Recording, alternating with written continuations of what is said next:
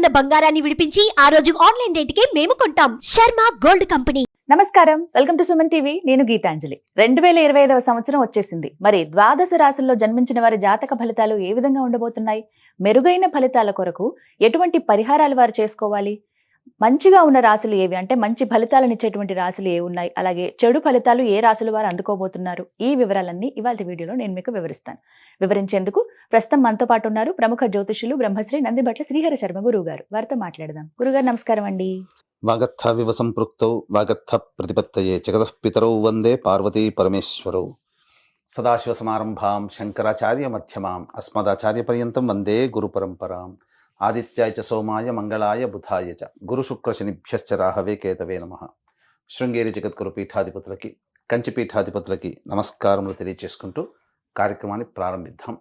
వీక్షించేటువంటి Suman TV ప్రేక్షకులకి గమనిక, ఇప్పుడు మనం చెప్పుకోబోయేటువంటి రాశి ఫలాలు ఏవైతే ఉన్నాయో అవన్నీ కూడా ఆంగ్ల నూతన సంవత్సర గమనాన్ని దృష్టిలో పెట్టుకుని జనవరి 1వ తారీఖు నుంచి డిసెంబర్ 31వ తారీఖు వరకు మాత్రమే ఉన్నటువంటి గ్రహాల స్థితిగతులను బట్టి వివిధ రాశుల వారికి ఏ విధంగా ఉండబోతుందో తెలుసుకుందాం. మనకు సాంప్రదాయానుసారంగా వచ్చేటువంటి ఉగాది నుంచి ప్రారంభమయ్యే రాశి ఫలితాలని, అనగా వచ్చే విశ్వావసునామ సంవత్సరానికి సంబంధించి ఉగాది ప్రారంభమయ్యడానికి అంటే ముందుగా మళ్ళీ ఆ యొక్క ఉగాది సందర్భంగా మళ్ళీ వివిధ రాశుల వారికి సంబంధించి రాశుల ఫలితాలు ఇవ్వడానికి ప్రయత్నం చేస్తాను. కాబట్టి ఇటువంటి దాంట్లో ప్రపంచమంతా అంగీకరిస్తున్నటువంటిది 2025 నూతన సంవత్సరం. అదేవిధంగా మనము కూడా ఆంగ్ల నూతన సంవత్సరం అనేటువంటి భావనతో ఈ యొక్క కార్యక్రమం చేస్తున్నాం. అదే ఉగాది నాడైతే మార్చి 29వ తారీఖు నుంచి మళ్ళీ 2026-28 వరకు ఉండేటువంటి గమనం వరకు ఉండేది చెప్పేటువంటిది. అవి మనం మరియు వీడియోలో తెలియజేసుకుందాం.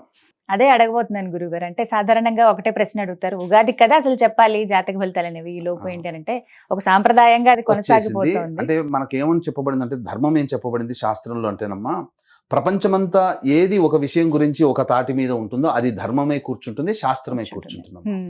ఇక మరి ద్వాదశ రాశుల వారి జాతక ఫలితాలు తెలుసుకుందాం.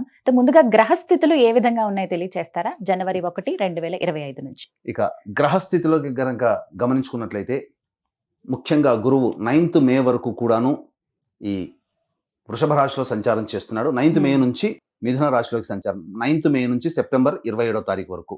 ఇక సెప్టెంబర్ 28 నుంచి నవంబర్ 11వ తారీఖు వరకు కర్కాటక రాశిలో.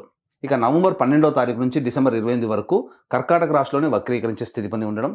ఇక శని భగవాన్ల వారిని కనుక చూసుకున్నట్లయితే 15 ఏప్రిల్ వరకు కుంభరాశిలో సంచారం చేస్తున్నారు. 16 ఏప్రిల్ నుంచి అక్టోబర్ 9వ తారీఖు వరకు మీనరాశిలో సంచారం. ఈ మధ్య కాలంలో జూలై 8వ తారీఖు నుంచి వక్రీకరించి మీనరాశిలోనే సంచారం చేస్తున్నాడు. అలాగే అక్టోబర్ 10వ తారీఖు నుంచి కుంభరాశిలో సంచారం చేస్తూ వక్రీకరించి కుంభరాశిలో, నవంబర్ 26వ తారీఖు నుంచి వక్రత్యాగము శని భగవాన్ల వారు చేస్తున్నారు. ఇక రాహుకేతులు కనుక చూసుకున్నట్లయితే 15 మే వరకు కేతువు కన్యలో మరియు రాహువు మీనరాశిలోకి, అలాగే 16 మే నుంచి సింహరాశిలో కేతువు, అలాగే కుంభరాశిలో 16 మే నుంచి రాహుగ్రహ సంచారం జరుగుతుంది. ఇక్కడ గమనించుకున్నట్లయితే ఇక్కడ వీక్షించేటువంటి ప్రేక్షకులకు అందరికీ తెలియజేయాల్సినటువంటి అంశం ఏంటంటే, ముఖ్యంగా అందరూ ఈ ద్వాదశ రాశుల గురించి రాగానే అందరూ ఆలోచించేటువంటిది ముఖ్యంగా శని దోషం, ఏలినాడు శని, అష్టమ శని, అర్ధాష్టమ శని, కంటక శని, యోగ శని, ఈ శని దోషాలు. అయితే ఇక్కడ 15 ఏప్రిల్ వరకు శని కుంభరాశిలో సంచారం చేస్తూ 16 ఏప్రిల్ నుంచి మీనరాశిలోకి సంచారం చేస్తున్నా, ఈ యొక్క జూలై 8 నుంచి మీనరాశిలోనే సంచారం చేస్తూ వక్రీకరించినటువంటి కారణం చేత మళ్ళీ ఈ కుంభరాశి ఫలితాన్ని ఇస్తాడు. అక్టోబర్ 10న కుంభరాశిలోనే వక్రీకరించి ఉన్నటువంటి స్థితిగతుల చేత ఏమవుతుంది, మళ్ళీ మకర రాశి ఫలితాన్ని శని భగవానులు ఇస్తారు. కాబట్టి అర్థం చేసుకోవాల్సినటువంటి అంశం ఏంటంటే, ఎవరికి కూడాను ఈ సంవత్సరం శని భగవానుడు యోగదాయకంగా పూర్తిగా లేడు. 12 రాశుల వారికి అష్టమ శని, అర్ధాష్టమ శని, కంటక శని, యోగ శని, దాంపత్య శని, ఈ రాశుల ఈ యొక్క దోషాల శని దోషాలు ఏదో ఒక సందర్భంలో కొన్ని నెలల పాటు అందరూ రాశుల వారు అనుభవించాల్సిందే తప్ప ఇక్కడ ప్రత్యామ్నాయము లేదు. కాబట్టి ఇక కుంభరాశి వారికి ఏలినాటి శని వెళ్ళిపోతుందని సంతోషం కానీ, ఈ యొక్క సంబంధించి మకర రాశి వారికి ఏలినాటి శని వెళ్ళిపోతుందని సంతోషం కానీ, లేకపోతే కర్కాటక రాశి వారికి అష్టమ శని దోషం పోతుందని కానీ భావించాల్సిన అవసరం లేదు. వృశ్చిక రాశి వారికి అర్ధాష్టమ శని దోషం పోతుందని కూడా భావించాల్సిన అవసరం లేదు. ఎందుకంటే శని మళ్ళీ రుజుమార్గంలో వెళ్ళి మళ్ళీ వక్ర మార్గం చేత వక్రగతిన సంచారం చేస్తున్నటువంటి కారణం చేత 12 రాశులు శని ప్రభావానికి గురవుతాయి. కాబట్టి ఈ సంవత్సరం అన్ని రాశుల వారు శని దోష పరిహారములు ఖచ్చితంగా చేసుకోవలసినదే, అందులో సందేహం లేదు. గురుగారు, గ్రహస్థితులు ఏ విధంగా ఉన్నాయో తెలియజేశారు. మరి ఈ 2025 సంవత్సరంలో ద్వాదశ రాశుల్లో మూడవదైన మిథున రాశి వారి జాతక ఫలితాలు ఏ విధంగా ఉన్నాయో తెలియజేస్తారా? మిథున రాశి వారికి ప్రధానంగా గురుగ్రహ ప్రభావం సంపూర్ణంగా ఉన్నటువంటి జాతకం. ఇక్కడ ఎందుకు తెలియజేస్తున్నానంటే, ప్రధానంగా ఈ యొక్క శని భగవాన్ల వారు కూడాను అనుకూలంగా ఉండేటువంటి సమయం, అలాగే రాహుకేతుల ప్రభావాలు మారుతుండడం. కాబట్టి గత సంవత్సరం కంటే ఇంకా మెరుగైనటువంటి జీవితాన్ని గురుగ్రహ, శనిగ్రహ, రాహుగ్రహ ప్రభావం వల్ల మిథున రాశి వారు పొందుతారని చెప్పవచ్చు. ఇక ముఖ్యంగా చూసుకున్నట్లయితే ఈ యొక్క సంబంధించినటువంటి మే 8 వరకు వృషభ రాశిలో సంచారం చేస్తున్న, మార్చి వరకు లాభస్థాన ఫలితాన్ని మిథున రాశి వారు పొందుతున్నారు. కాబట్టి ఈ సంవత్సరం ఉగాది వరకు, జనవరి నుంచి ఉగాది వరకు మిథున రాశిలో జన్మించినటువంటి వారు అన్ని రంగాల్లో ఉన్నటువంటి వారికి ధనాదాయం చక్కగా ఉంటుంది, రాని బాకీలు వసూలు అవుతాయి. ఇక మే 9 నుంచి సెప్టెంబర్ 27 వరకు మిథున రాశిలో సంచారం చేస్తున్నటువంటి ఈ కారణం చేత కొద్దిగా చేస్తున్నటువంటి పనులలో ఒడిదుడుకులు అనేటువంటివి ఉంటాయి. కాబట్టి ఈ సమయం కాస్త జాగ్రత్తగా ఉండండి. ఓవర్ వెయిట్ పెరిగేటువంటి అవకాశాలు, ఒబేసిటీ ప్రాబ్లమ్స్తో బాధపడడం మిథున రాశి వారు గమనించదగినటువంటి విషయం. ఇక సెప్టెంబర్ 20 నుంచి నవంబర్ 11 వరకు కర్కాటక రాశిలో సంచారం చేస్తున్నటువంటి కారణం చేత మార్చి వరకు మళ్ళీ ఎటువంటి స్థితిగతులు ఉన్నాయో మళ్ళీ సెప్టెంబర్ నుంచి నవంబర్ 11 వరకు కూడాను అలాగే ఈ సంబంధించినటువంటి పరిస్థితులు ఉంటాయి. కాబట్టి ఓవరాల్గా చూసుకుంటే ఒక 4-5 నెలలు అనుకూలంగా ఉండడం, 5-6 నెలలు అనుకూలంగా లేకపోవడం మిథున రాశి వారికి గురుగ్రహ ప్రభావం అని చెప్పవచ్చు.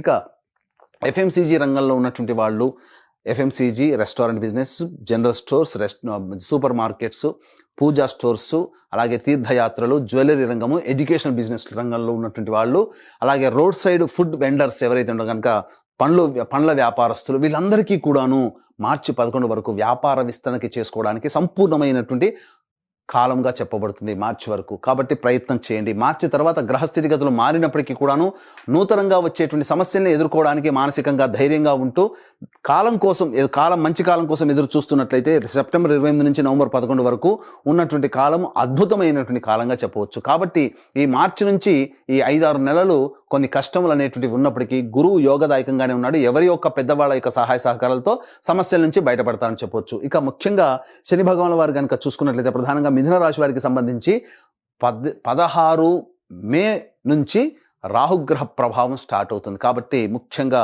తండ్రి గారి ఆరోగ్యం పట్ల శ్రద్ధ వహించాల్సినటువంటి పరిస్థితి. ఈ యొక్క మిథున రాశిలో జన్మించినటువంటి విద్యార్థులు ఎవరైతే ఉంటారో విదేశీ యానము, విదేశీ విద్యకు సంబంధించే ప్రయత్నాలన్నీ కూడా 16 మే తర్వాత రాహుగ్రహ ప్రభావంతో ఖచ్చితంగా వారి యొక్క టార్గెట్ని రీచ్ అవుతారనగా విదేశీయానం చేయగలుగుతారు. ఇక గమనించాల్సిన అంశం, సాఫ్ట్వేర్ రంగంలో ఉన్నటువంటి వాళ్ళు, మార్కెటింగ్ రంగంలో, మీడియా రంగంలో ఉన్నటువంటి వాళ్ళకందరికీ కూడాను ఈ 16 మే తర్వాత అద్భుతంగా కలిసి వచ్చేటువంటి సమయంగా చెప్పవచ్చు. కేంద్ర రాష్ట్ర ప్రభుత్వ ఉద్యోగస్తులు అలాగే ఎవరైతే ఉంటారో వాళ్ళకి మంచి స్థితిగతులు అనేటువంటి కలుగుతాయి. ప్రమోషన్స్తో కూడుకున్నటువంటి బదిలీలు ఉంటాయి. అలాగే నిరుద్యోగస్తులకి ఉద్యోగం లభించే అవకాశాలు కూడా ఉంటాయి. అయితే ఈ సంవత్సరం అంతా కూడాను చాలామంది ఒకే సంస్థలో పనిచేస్తుండవచ్చు, కానీ కొంతమందికి సంస్థలు మారడానికి అవకాశాలు కూడా కొన్ని ఉంటాయి. అవసరం ఏ సమయంలో సంస్థలు మారాలి అనేటువంటి విషయాన్ని కనుక చూసుకున్నట్లయితే మార్చి 13 నుంచి మే 12 తారీఖు వరకు ఉన్నటువంటి సమయం ఏదైతే ఉందో అద్భుతమైనటువంటి సమయం సంస్థలు మారడానికి, లేదా నూతన ఉద్యోగ ప్రాప్తికి, లేదా సంస్థలోనే ఉన్నత బాధ్యత కలిగినటువంటి పొజిషన్లో రావడానికి మార్చి 13 నుంచి మే 12 తారీఖు వరకు ఉన్నటువంటి సమయంగా చెప్పవచ్చు. మళ్ళీ అటువంటి సమయం ఎప్పుడు వస్తుంది? ఆగస్టు 16 నుంచి సెప్టెంబర్ 16 మధ్యకాలంలో, మరియు నవంబర్ 15 నుంచి డిసెంబర్ 15 ఉన్నటువంటి మధ్యకాలంలో మీకు ఖచ్చితంగా ఉద్యోగ మార్పు కానీ కోరుకుంటే, లేదా ఉద్యోగంలో బాధ్యతలు పెరగడం, తద్వారా మీ యొక్క కీర్తి ప్రతిష్టలు పెరగడం ఈ చెప్పినటువంటి టైమింగ్స్లో మీకు ఉంటాయని చెప్పవచ్చు. ఇక మిథున రాశి వారికి ఇక ప్రధానంగా చూసుకున్నట్లయితే శనిగ్రహ ప్రభావం 15 ఏప్రిల్ వరకు కూడాను కుంభరాశిలో సంచారం చేస్తుంటారు. 16 ఏప్రిల్ నుంచి ఎప్పుడైతే ఈ యొక్క సంబంధించినటువంటి దశమ స్థానంలో ప్రవేశం చేస్తారో మిథున రాశి వారికి ప్రయత్నంలో ఇబ్బందులు అనేటువంటివి ఉంటాయి. ఇటు గురుగ్రహము మే 9 నుంచి, శనిగ్రహం 16 ఏప్రిల్ నుంచి, తేడా చూసుకోండి, 1 నెల మాత్రమే ఉంది. కానీ 16 ఏప్రిల్ నుంచి జూలై 8వ తారీఖు వరకు ఉన్నటువంటి సమయం ఈ యొక్క సంబంధించినటువంటి మీనరాశిలో సంచారం చేస్తారు. కాబట్టి ఇటు గురువు, ఇటు శని 2 గ్రహాలు కూడా అనుకూలంగా లేని కారణం చేత ప్రతి రంగంలో ఉన్నటువంటి వారు ఇబ్బందులు పడాల్సినటువంటి పరిస్థితి వస్తుంది. అయితే మళ్ళీ శని భగవాన్ల వారు ఈ జూలై 8వ తారీఖు నుంచి అక్టోబర్ 10 వరకు కూడాను కుంభరాశిలో సంచారం చేస్తూ ఉంటారు. కనుక నవంబర్ 26వ తారీఖు వరకు కూడాను మొత్తం కూడా మీనరాశిలో వక్రీకరించి ఉన్న, కుంభరాశిలో వక్రీకరించిన, జూలై 8వ తారీఖు నుంచి నవంబర్ 26వ తారీఖు వరకు కుంభరాశి ఫలితాలనే మీకు ఇవ్వబోతున్నాడు. కాబట్టి ఏం జరుగుతుంది ఇక్కడ? ప్రధానంగా శని రాహుల యొక్క ప్రభావం కూడా ఉంటుంది. దీని వలన ముఖ్యంగా తండ్రి గారి ఆరోగ్యం పట్ల శ్రద్ధ వహించాల్సినటువంటి పరిస్థితి.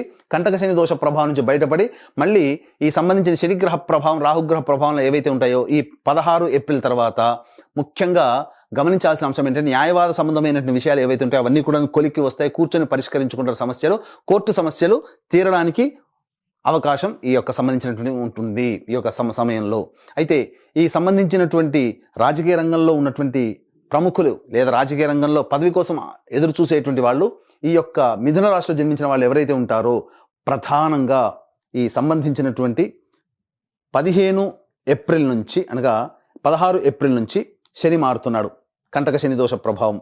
అయితే జూలై 8 నుంచి గమనించుకోవాల్సిన అంశం చాలా జాగ్రత్తగా వినండి. జూలై 8వ తారీఖు నుంచి మళ్ళీ గురువు కూడా అనుకూలంగా ఉండేటువంటి సమయం ఎప్పుడు ఈ సంబంధించినటువంటి సెప్టెంబర్ 28 నుంచి నవంబర్ 11. కాబట్టి ఇక్కడ నవంబర్ 26. కాబట్టి తర్వాత సెప్టెంబర్ నుంచి అక్టోబర్, నవంబర్ మధ్యకాలంలో నామినేటెడ్ పోస్టులు అనేటువంటివి ఈ యొక్క మిథున రాశిలో జన్మించిన రాజకీయ రంగంలో ఉన్నటువంటి వాళ్ళకి వస్తుంది. సంఘంలో ప్రజాదరణ పెరుగుతుంది.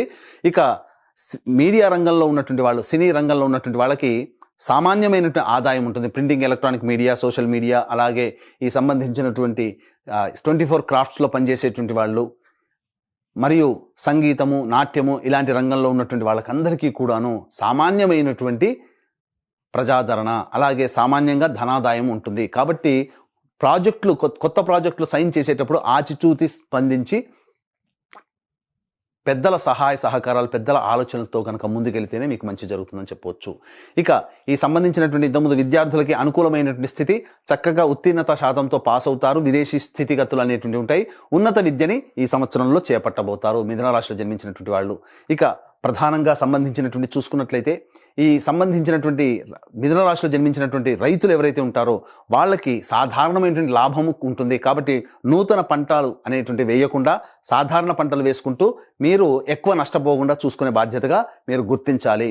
ఇక సంబంధించినటువంటి లాయర్ రంగంలో ఉన్నటువంటి వాళ్ళకి ప్రమోషన్స్ కోసం అయితే ఏదైనా పదవి కోసం ఆశిస్తున్నటువంటి చేసినట్లయితే కొంత భంగపాటు తప్పదనేటువంటి విషయాన్ని గమనించుకోవాలి. రియల్ ఎస్టేట్ రంగంలో ఉన్నటువంటి వారు ఉన్నటువంటి ప్రాజెక్టులనే కంటిన్యూ చేసుకుంటూ ఉండడం, కొత్త ప్రాజెక్టుల కోసం అప్పులు తెచ్చి ఆ యొక్క ప్రాజెక్టులు ముందుకు సాగకపోవడం వల్ల మీ యొక్క డబ్బులు మీరు కోల్పోతారు. తద్వారా ఇబ్బందికర పరిస్థితులు రియల్ ఎస్టేట్ రంగంలో ఉన్నటువంటి వాళ్ళకి ఉంటాయని చెప్పొచ్చు. ఇక ఎలక్ట్రానిక్ అండ్ ప్రింటింగ్ మీడియాలో ఉన్నటువంటి వాళ్ళు, అలాగే ఈ కరెంటు సంబంధించినటువంటి వ్యాపార వృత్తులు ఎవరైతే ఉన్నారో వాళ్ళు జాగ్రత్తలు పాటించండి. ముఖ్యంగా ఎడిబుల్ ఆయిల్స్, స్టీల్ రంగము, అలాగే చర్మం సంబంధమైనటువంటి పరిశ్రమల్లో, తోలు పరిశ్రమల్లో ఉన్నటువంటి వాళ్ళు, అలాగే కింది స్థాయి ఉద్యోగస్తులు ఉన్నటువంటి వాళ్ళకి ఆశించిన మేర ఫలితాలు కలగకపోగా కొన్ని ఇబ్బందికర పరిస్థితులు అనేటువంటి ఉంటాయి. కాబట్టి జాగ్రత్తలు పాటించండి.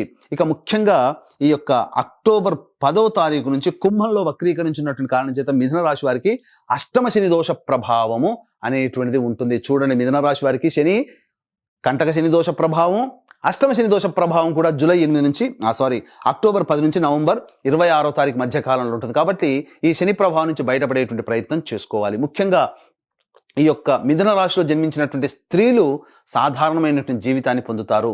దాంపత్య సౌఖ్యము ఉంటుంది. బాధ్యతలు సాధారణంగా ఉంటాయి, కానీ ఫలితం అనగా శ్రమకు తగ్గినటువంటి ఫలితాన్ని పొందలేకపోవడం, కుటుంబ సభ్యుల యొక్క ఆదరణ అంతగా లేకపోవడం వల్ల కొంత మానసిక వ్యధకి లోనైనటువంటి అవకాశాలు ఉంటాయని చెప్పవచ్చు. కాబట్టి జాగ్రత్తలు పాటించండి. వివాహం కావాల్సినటువంటి అబ్బాయిలు, అమ్మాయిలు ఎవరైతే ఉంటారో మే 9 నుంచి సెప్టెంబర్ 27 మధ్యకాలంలో ఉన్నటువంటి సమయం వివాహము నిశ్చయం అవుతుంది, అందులో సందేహం లేదు. ఇక ముఖ్యంగా గమనించుకోవాల్సింది ఏంటంటే అక్టోబర్ 10 నుంచి నవంబర్ 26 మధ్యకాలంలో వివాహము నిశ్చయమై దాంపత్యంలో ఉంటారు అని చెప్పవచ్చు. ఇదంతా కూడాను ఈ యొక్క గురు శని రాహుకేతుల గ్రహ ప్రభావం మీ యొక్క జీవితంలో ఏర్పడబోయేటువంటి సంఘటనలు ఈ 2025 సంవత్సరం. ముఖ్యంగా గతం కంటే కొంత మెరుగ్గా ఉంటుంది తప్ప ఊహించినంత, ఆశించినంత మెరుగైన ఫలితాలు అనేటువంటివి ఉండబోవు. కాబట్టి మిథున రాశి వారు ఏమాత్రం కూడా కలత చెందకుండా దైవానుగ్రహాన్ని పొందే ప్రయత్నం చేయండి. ముఖ్యంగా రాహుకేతుల యొక్క ప్రభావము మీ జీవితంలో కొన్ని మార్పులు వస్తాయి. కాబట్టి రాహుకేతులు మాయాగ్రహాలు. కాబట్టి మీరు వాస్తవాన్ని దృష్టిలో పెట్టుకొని మీ ప్రయత్నం, ధైర్యంతో మీరు కనుక ముందడుగు వేసినట్లయితే రాహుకేతులు ఇచ్చేటువంటి దుష్ప్రభావాలు ఏవైతే ఉంటాయో మీ ధైర్యం ముందు అవి ఓడిపోతాయి. కాబట్టి మొక్కవోని ధైర్యంతో, ఆత్మవిశ్వాసంతో మీరు అన్ని ప్రయత్నాలు కూడాను విడవకుండా ఆశాంతం మీరు ముందుకు సాగండి. ఈ మిథున రాశిలో జన్మించినటువంటి వాళ్ళు, అన్ని రంగాల్లో ఉన్నటువంటి వాళ్ళు, వాళ్ళకందరికీ కూడాను శుభ పరిణామాలు చోటు చేసుకుంటాయి. అయితే ముఖ్యంగా గమనించుకున్నట్లయితే ఈ యొక్క మిథున రాశిలో జన్మించినటువంటి వివాహం కాని స్త్రీ పురుషులు ఎవరైతే ఉంటారో వారి యొక్క ఈ సంబంధించినటువంటి ఈ జాతకంతో పాటు మీ తల్లిదండ్రుల జాతకము, మీ తోడబుట్టిన వాళ్ళ జాతకము, లేదా వివాహం అయితే భార్యాభర్తల యొక్క జాతకము, సంతానం జాతకము మీ యొక్క రాశి మీద ఇంపాక్ట్ చూపబడుతుంది. కాబట్టి మీ కుటుంబం ఆనందంగా ఉండాలి. 2025 సంవత్సరంలో మీ రెజల్యూషన్స్ ఏవైతే ఉంటాయో అవన్నీ పూర్తి చేసుకోవాలి అని అంటే దైవానుగ్రహం తప్పనిసరి. ఇట్టి దైవానుగ్రహం అందరికీ అందించాలనేటువంటి సదుద్దేశంతో ఈ 2025 సంవత్సరంలో ప్రతి నెల ఒక్కొక్క పుణ్యక్షేత్రంలో సర్వదోష నివారణ పూజలు, హోమాలు అనేటువంటివి చేయించడం జరుగుతుంది. అలాగే దీనికి శ్రీకారం జనవరి 13వ తారీఖు రోజున శ్రీకాళహస్తిలో కానీ శ్రీశైల క్షేత్రంలో కానీ శ్రీకారం చుట్టుతున్నాం. ప్రతి నెల ఒక్కొక్క పుణ్యక్షేత్రంలో జరపబడుతుంది. మీ కుటుంబ సభ్యుల గోతనామాలు నమోదు చేసుకోవచ్చు. అవకాశం ఉన్న వాళ్ళు కార్యక్రమం తదనంతరం కాంటాక్ట్ చేసి రిజర్వేషన్ వివరాలు తెలుసుకోవచ్చు. ఇక తండ్రి వైపు 6 తరాలు, భర్త వైపు 6 తరాలు, తల్లి వైపు 3 తరాలు, భార్య వైపు 3 తరాలు ఏవైనా దుర్మరణాలు ఉన్నా, అలాగే కుటుంబ సభ్యులు లివర్ ప్రాబ్లం, కిడ్నీ ప్రాబ్లం, క్యాన్సర్తో మరియు 60 సంవత్సరాల లోపల ఏ విధంగా చనిపోయినా వాటిని పితృదోషం అని అంటారు. కాబట్టి ఇట్టి పితృదోష నివారణార్థమే ప్రతి నెల మన పీఠం ఆధ్వర్యంలో కార్యక్రమాలు జరిపించడం జరుగుతున్నాయి. వాటి వివరాలు కూడా తెలుసుకోవచ్చు. చక్కగా వివరించారండి. మిథున రాశి వారికి ఎలా ఉంటాయి జాతక ఫలితాలు, అంటే ఏ ఏ రంగాల్లో ఉన్న వారికి ఎలా ఉంటాయో వివరించారు. అయితే అన్ని రంగాల వాళ్ళు శుభ ఫలితాలు అందుకోవాలంటే గనక వాళ్ళు ఎటువంటి పరిహారాలు చేసుకుంటే మంచిదండి? ఎందుకంటే శని ప్రభావం కూడా ఈ సంవత్సరం అన్ని రాశులపైన ఉంటుందన్నారు. అదేవిధంగా మిథున రాశి వారి పైన కూడా. మరి పరిహారాల విషయం ప్రతిరోజు కూడాను దుర్గా కవచము, రుద్ర కవచము ఈ మిథున రాశిలో జన్మించినటువంటి వాళ్ళు రోజుకి 3 సార్లు పఠించాలమ్మా. ఇక తరచూ దుర్గాదేవి ఆలయాన్ని గనక సందర్శన చేసుకుంటే ప్రదోషకాల సమయంలో వాళ్ళ సమస్యలు అమ్మవారు దగ్గరుండి తీరుస్తుందని చెప్పవచ్చు. ఇప్పుడు చెప్పినటువంటి ఫలితాల కంటే విభిన్నంగా మీ యొక్క జీవితం ఉన్నట్లయితే మీ యొక్క జన్మ జాతకంలోని నడుస్తున్నటువంటి దశాంతర దశల గ్రహ ప్రభావాలు కావున దగ్గరలోని మంచి ఉపాసనా పరులైనటువంటి జ్యోతిషుని సంప్రదించి వారి సలహాలు, సూచనలు గనక పాటించినట్లయితే మరింత మెరుగైనటువంటి జీవితాన్ని పొందుతారని ఆశిస్తూ సర్వం శ్రీ ఉమామహేశ్వర పరబ్రహ్మార్పణమస్తు. చక్కగా వివరించారు గురుగారు. నమస్కారం అండి.